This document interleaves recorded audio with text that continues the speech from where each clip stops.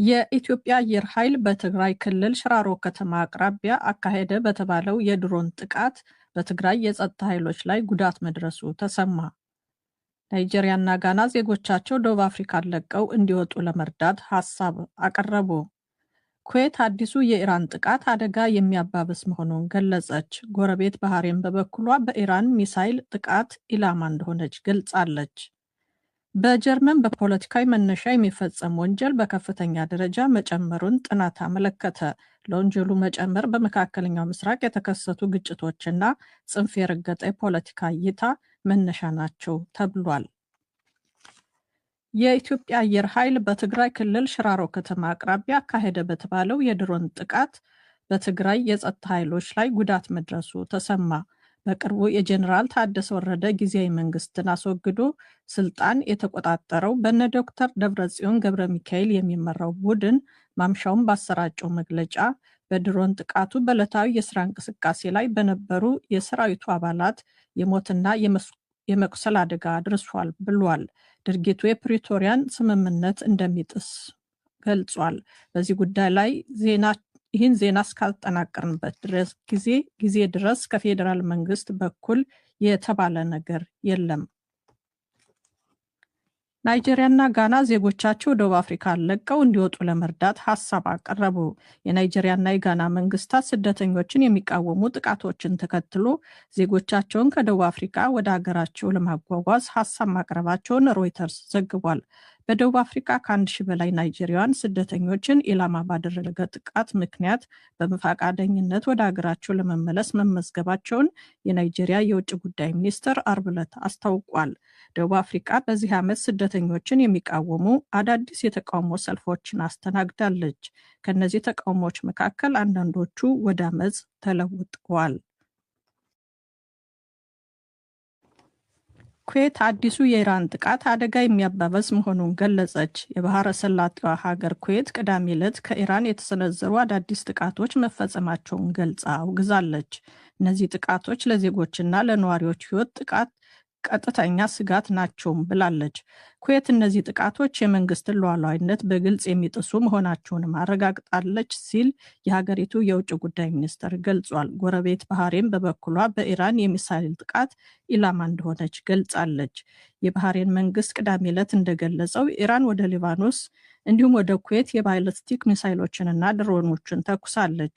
ይህንን ተከትሎ የሀገሪቱ የውጭ ጉዳይ ሚኒስትር ኢራን በባህረ ሰላጤው ሀገራት ላይ የምትሰነዝረውን ጥቃት በአስቸኳይ እንድታቆም ጥሪ አቅርቧል። እንደ ፈረንሳይ ዜና ምንጭ አጃንስ ፍራንስ ፕሬስ ዘገባ በመግለጫዎቹ የወጡት ዩናይትድ ስቴትስ ጦር አርብ ዕለት ወደ ሆርሙዝ የባህር ወሽመጥና በባህረ ሰላጤው ሀገሮች የተወረወሩትን የኢራን ባለስቲክ ሚሳይሎችንና ድሮኖችን መቶ መጣሉን ከተናገረ ከሰዓታት በኋላ ነው። የአሜሪካ ጦር አክሎም በእስላማዊ ሪፐብሊክ የባህር ዳርቻ ክትትል ራዳር ጣቢያዎች መጥቷል።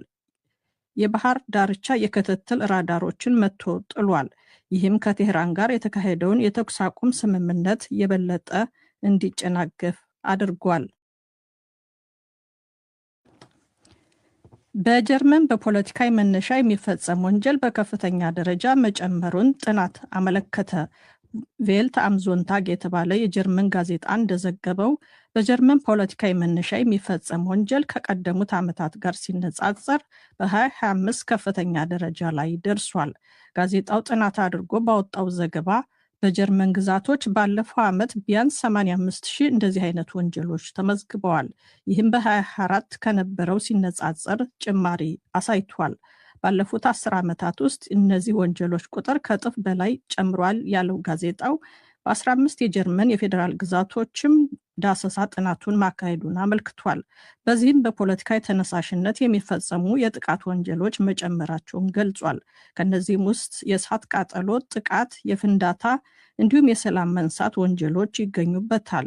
ለወንጀሉ መጨመር በመካከለኛው ምስራቅ የተከሰቱ ግጭቶች እንዲሁም ጽንፍ የረገጠ የፖለቲካ እይታ መነሻ መሆኑን ዘገባው አመልክቷል። ሊቀ ጳጳስ ከዓለም ላይ የዋልታ ረገጥነት አስተያየት እንዲያበቃ ጥሪ አቀረቡ። በስፔን ጉብኝት ላይ የሚገኙት የሮማ ካቶሊክ ሊቀ ጳጳስ ሊዮ 14ኛ ዛሬ ቅዳሜ እንደገለጹት የዋልታ ረገጥነት ትርክቶች እንዲቆሙ ጥሪ አቅርበዋል። ሊቀ ጳጳሱ ሀገራትን እየከፋፈለ ባለው የፍልሰት ጉዳይ ላይም ትኩረት መስጠታቸው ታውቋል። ሊዮ በኢራን ጉዳይ የአሜሪካ ፕሬዝዳንት ዶናልድ ትራምፕ እና በጋዛ ጦርነት ምክንያት ከእስራኤል ጋር ለተጋጩት ለስፔኑ ጠቅላይ ሚኒስትር ፔድሮ ሳንቸስ ለዓለም አቀፍ ሕግና ለብዝሃነት ላሳዩት ታማኝነት ምስጋና አቅርበዋል። የአሜሪካ ተወላጅ የሆኑት ርዕሰ ሊቃነ ጳጳስ ሊዮ በጸረ ጦርነት አመለካከታቸው ከዚህ ቀደም በትራምፕ ክፉኛ ተተችተዋል። ጳጳሱ እንዳሉት የሰላም መልእክትን በአሁኑ ጊዜ በሚያሳዝን ሁኔታ አንዳንዶች እንደ ሞኝ፣ ሌሎች ደግሞ እንደ ግጭት አጋላጭ ነው የሚያዩት።